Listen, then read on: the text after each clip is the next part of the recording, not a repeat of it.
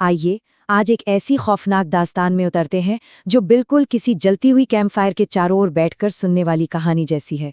एक ऐसा रेगिस्तान जो अपनी रक्षा करना बहुत अच्छी तरह जानता है। मौत का कुआं, एक रेगिस्तान का सबसे काला रहस्य। जरा सोचिए, क्या होता है जब इंसानी लालच और महत्वाकांक्षा एक ऐसी जगह पहुंच जाए जिसे हमेशा हमेशा के लिए अकेला छोड़ दिया जाना चाहिए था। ये प्रकृति और इंसान के बीच एक रोंगटे खड़े कर देने वाले टकराव की कहानी है। तो चलिए इस सन्नाटे को चीरते हैं और एक एक करके इस रहस्य के पन्नों को पलटते हैं। भाग 1, भूताहा रेगिस्तान की रेत। कल्पना कीजिए एक ऐसे वीरान रेगिस्तान की जो शहर की चहल पहल से मीलों दूर है। एकदम खामोश, हवाओं की सनसनाहट के अलावा वहां कुछ नहीं है। लेकिन इस सन्नाटे के ठीक नीचे एक बहुत बड़ा लालच दफन था। इस जगह के बारे में कहा जाता था कि यहाँ कीमती खनिजों का खजाना छिपा है, और इसी खजाने की चाह ने जन्म दिया एक बेहद खौफनाक किंवदंती को, जिसे लोग मौत का कुआं कहते हैं।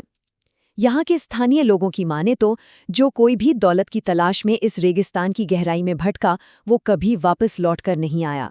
वो बस रेत में कहीं हमेशा के लिए गायब हो गए, मानो रेत ने उन्हें जिंदा निगल लिया हो। भाग 2, पहली गुमशुदगी।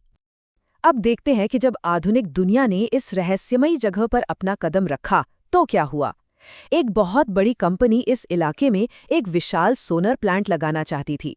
आधुनिक मशीनें और इंसानी गुरूर दोनों इस खामोश रेत को चुनौती देने आधम के। पहले दिन की सुबह उनकी सर्वे टीम अपनी एक खास पेट्रोलिंग गाड़ी में आगे बढ़ती है। सब कुछ सामान्य लगता है, लेकिन दोपहर होते होते वो अचानक एक रहस्यमयी बेहद खड़ी ढलान के करीब पहुंच जाते हैं। ढलान इतनी खतरनाक थी कि उनकी भारी भरकम गाड़ी तेजी से फिसलने लगी। ड्राइवर ने अपनी पूरी ताकत से ब्रेक दबाए, लेकिन उस खिसकती ढलान के सामने हर कोशिश बेकार थी। और फिर जैसे जैसे शाम ढली, हजारों टन खिसकती रेत ने उस पूरी की पूरी गाड़ी को जिंदा निगल लिया। सोचकर ही रूह कांप जाती है, एक बेहद खौफनाक और बेबस कर देने वाली मौत। भाग 3, सैटेलाइट का रहस्य। जब ये पूरी टीम अचानक गायब हो गई तो क्या कंपनी को प्रकृति का खौफ समझ आया? बिल्कुल नहीं। उनके लाखों करोड़ों रुपए लगे थे, तो उन्होंने अपनी एडवांस टेक्निक पर अंधा भरोसा किया। कंपनी के अधिकारियों ने तुरंत सैटेलाइट तस्वीरें मंगवाईं। उन्होंने रेगिस्तान के अंदर उस गाड़ी को ट्रैक करना शुरू किया, कदम दर कदम।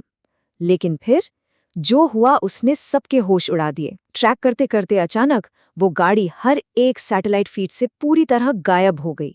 जी हाँ, दुनिया की सबसे बेहतरीन तकनीक भी इस रेगिस्तान के काले रहस्य को नहीं भेद पाई। रहस्य सुलझने के बजाय अब और भी खौफनाक हो चुका था। भाग 4, एक अनिच्छुक मार्गदर्शक। सैटेलाइट फुटेज खंगालते हुए कंपनी के हाथ एक सुराग लगा। उन्हें पता चला कि एक आदमी उस खतरनाक पॉइंट से भी आगे तक जा चुका था और जिंदा लौट आया था। वो थे कृपाल सिंह। कृपाल अपने ऊंट पर सामान ढोते थे और एक बार गलती से उस मौत के कुएं के करीब पहुंच गए थे। यहाँ असल में दो बिल्कुल अलग दुनिया आपस में टकरा रही थीं।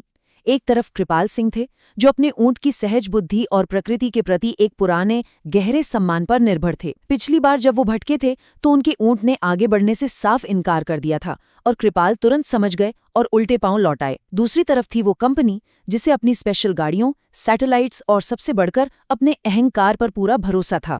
जब कंपनी के अधिकारी कृपाल सिंह के घर पहुंचे तो कृपाल ने उन्हें एकदम साफ चेतावनी दी। उन्होंने कहा, वहां कोई रहस्यमयी शक्ति है, आप अपना काम रोक दीजिए।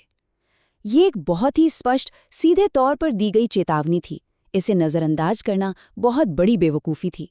लेकिन कृपाल काफी समय से बेरोजगार थे और भारी कर्ज में डूबे हुए थे।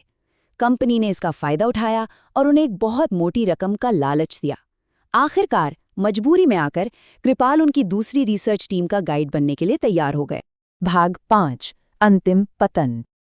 अब हमारी ये कहानी अपने सबसे डरावने मोड़ पर पहुंचती है।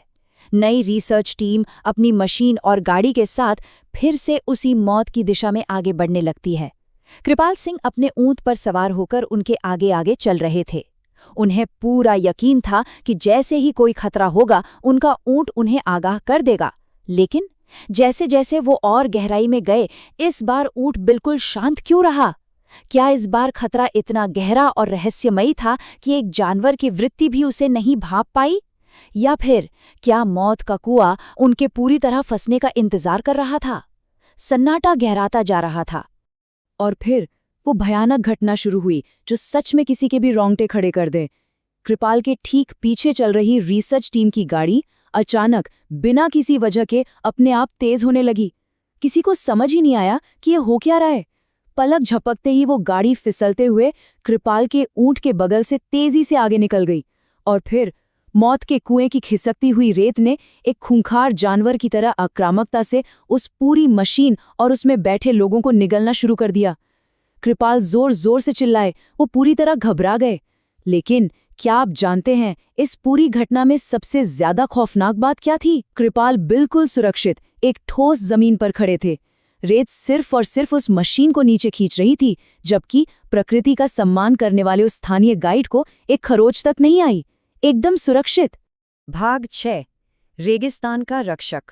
जब ये खौफनाक खबर कंपनी के हेडक्वार्टर तक पहुंची तो आखिरकार उनका सारा अहंकार चकनाचूर हो गया। उन्हें अच्छी तरह समझ आ गया कि ये जगह इंसानी समझ और काबू से बहुत परे है।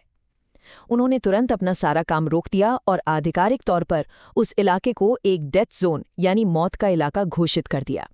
तो आखिर में बस एक सवाल बचता है, क्या ये मौत का कुआं सच में कोई खूंखार शैतान है या फिर सिर्फ एक रक्षक जो इंसान के लालच से अपने इस इकोसिस्टम को बचा रहा है? शायद ये प्रकृति का अपना एक क्रूर तरीका है हमें ये बताने का कि दुनिया में कुछ जगहों को बस अकेला ही छोड़ दिया जाना चाहिए। इस रोंगटे खड़े कर देने वाले रहस्य पर विचार जरूर कीजिएगा। इस दिलचस्प विश्लेषण में आज के लिए बस इतना ही।